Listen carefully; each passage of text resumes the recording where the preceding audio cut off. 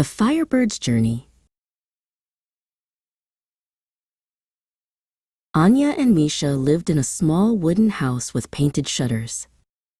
One snowy night, as they read a book of old tales, a light brighter than any star flashed outside their window. "What was that?" whispered Misha, pulling his blanket tighter.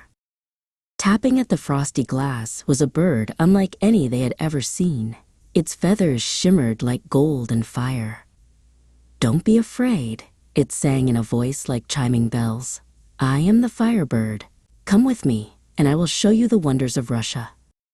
The children climbed onto the Firebird's warm back, and with a sweep of its wings, they were soaring through the night sky.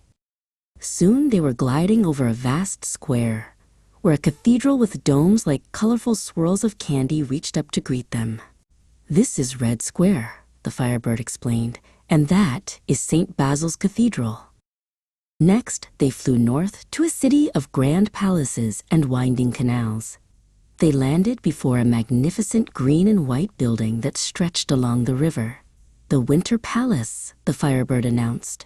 "It holds a museum called the Hermitage, filled with treasures from all over the world." Leaving the sparkling cities behind, they flew east for a long, long time. The world below turned into a vast forest of green and white. They landed on the shore of a lake so huge it looked like an ocean. The water was as clear as glass.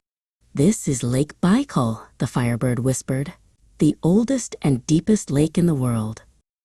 Misha gasped as a friendly face with big, dark eyes popped out of the water. "A seal!" he cried. "Yes," said the Firebird. "This is a nirpa, a special seal that lives only in this lake. They are as much a part of Baikal as the water itself." Their journey took them over a long spine of ancient, gentle mountains. "The Ural Mountains," the Firebird said. "They divide the great land of Russia. On one side is Europe, and on the other, Asia. You are standing in two continents at once." Then they soared south, towards mountains that were not gentle at all. Their peaks were sharp and jagged, covered in brilliant white snow. "Behold Mount Elbrus," the Firebird sang, its voice full of awe. "The highest peak in all of Russia." For their last wonder, they flew to the very edge of the land, to a place where the earth itself was alive. Steam rose from the ground, and with a mighty roar, a fountain of hot water shot high into the air.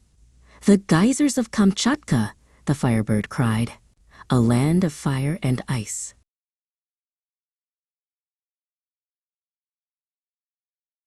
As the first light of dawn painted the sky pink, the Firebird brought them gently back to their little wooden house. "Russia is a land of great history and even greater nature," it said softly.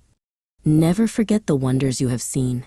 With a final, brilliant flash, it was gone. Anya and Misha looked at each other, the magic of their journey sparkling in their eyes.